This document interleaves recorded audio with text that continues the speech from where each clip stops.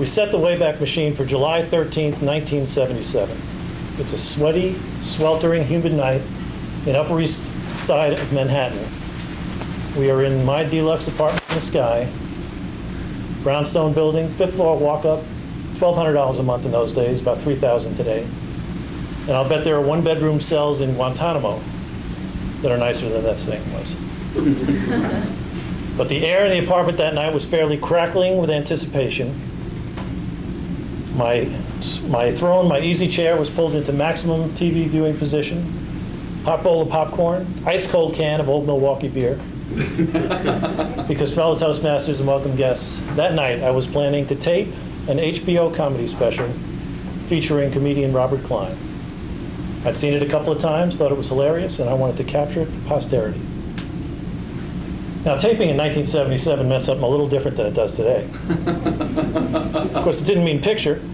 Picture was something off in the Jetsons' future of flying cars and silver miniskirts. It meant sound, but what sound? Behold, the technological marvel that was my stereo system. And I know Tony will be very impressed here.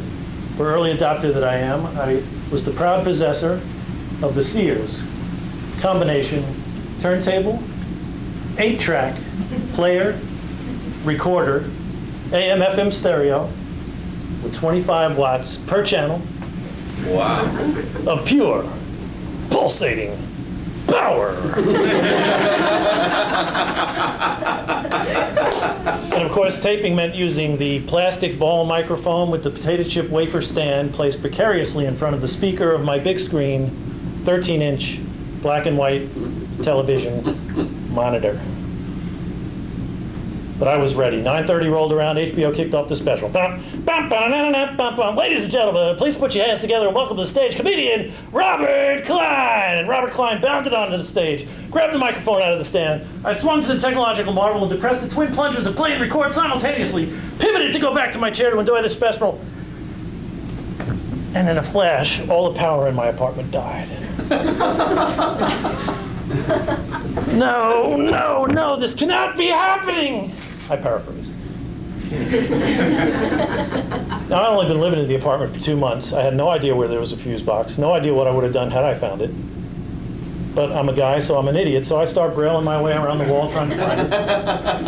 Fireplace mantle, candles, no matches, bookcase, fish tank, watch out for the popcorn. And I get to the window, and I see something that no New Yorker ever sees. This is New York City, the Great White Way, the city that never sleeps. If you can make it there, you can make it anywhere. And in my usual building geography, there's not a light on in any of them. Oh my God, I blew up New York City. Now, I knew the SWAT team was on its way. It was going to crash through my door any minute. So I fumbled my way down 5 pitch black flights of stairs, jamming my knee on 5 pitch black landings, tottered out into the street where my neighbors who weren't taping Robert Klein that night were making their way towards 2nd Avenue and hoped for civilization. Civilization that night, it turned out to be, was no further than the corner, which was Pedro's Bar. Now, ironically, Pedro's Bar in the 1940s, in this very German-settled part of New York City, had been a home of Nazi Bund meetings.